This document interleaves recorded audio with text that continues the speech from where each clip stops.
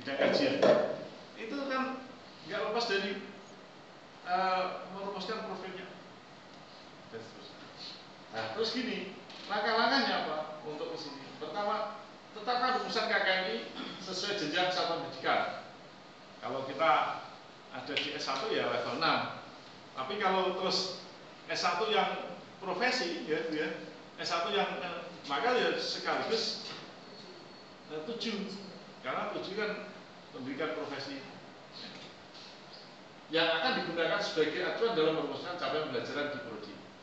Nah, kami di UNJ ini sudah punya itu, Bu, Pak, gambaran tentang model kurikulum yang digunakan. Kami menggunakan banyak model.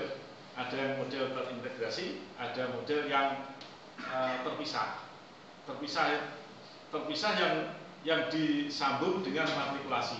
Ini untuk menjawab aturan suatu peraturan resmi dari Kemdikbud bahwa yang berhak untuk ikut PPG itu adalah yang non kependidikan.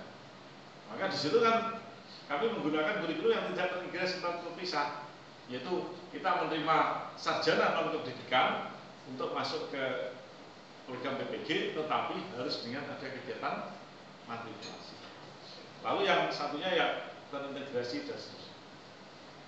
Terus yang berikut, mengembangkan aspek-aspek esensial yang terkandung dalam rumusan KKNI, seperti yang tadi ada indikator dan yang sudah tadi sub-indikator itu.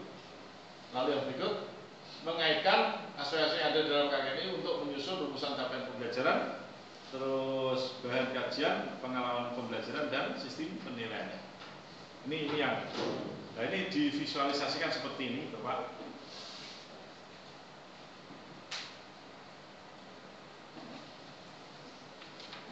Divisualisasikan seperti ini.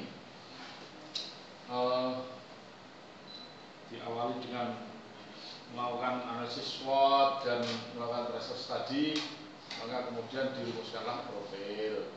Terus profil ini nanti terus dikembangkan rumusan capaian pembelajaran atau outcome atau mungkin kompetensi ya. Kalau kita masih mengatakan sama bahwa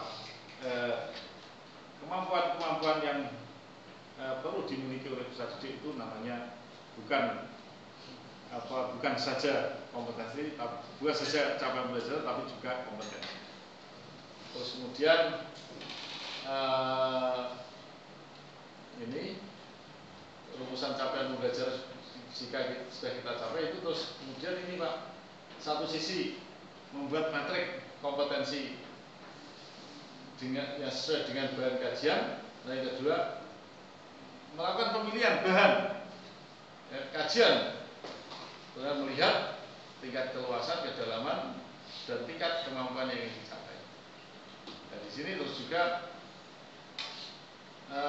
mengemas dalam bentuk mata kuliah, termasuk berapa besarnya bebannya itu dalam bentuk SKS. Kemudian bertemulah ini bahan kajian itu yang siap untuk dikemas dalam bentuk mata kuliah. Kemudian kita buat struktur kurikulum dan silabus, terus juga kita buat rencana pembelajaran. Bapak, kalau kita betul-betul sudah akan membuat kurikulum, maka produk kurikulum baru kita itu paling tidak 3 hal. Satu yang dinamakan struktur kurikulum itu, yang kedua silabus, 3 RPP atau rencana pembelajaran lah. Ya, ini 3 itu penting dan masih ditambah lagi. Contohnya apa? Di samping silabus RPP, ini apa namanya? Panduan pembelajaran dan panduan sistem penilaian.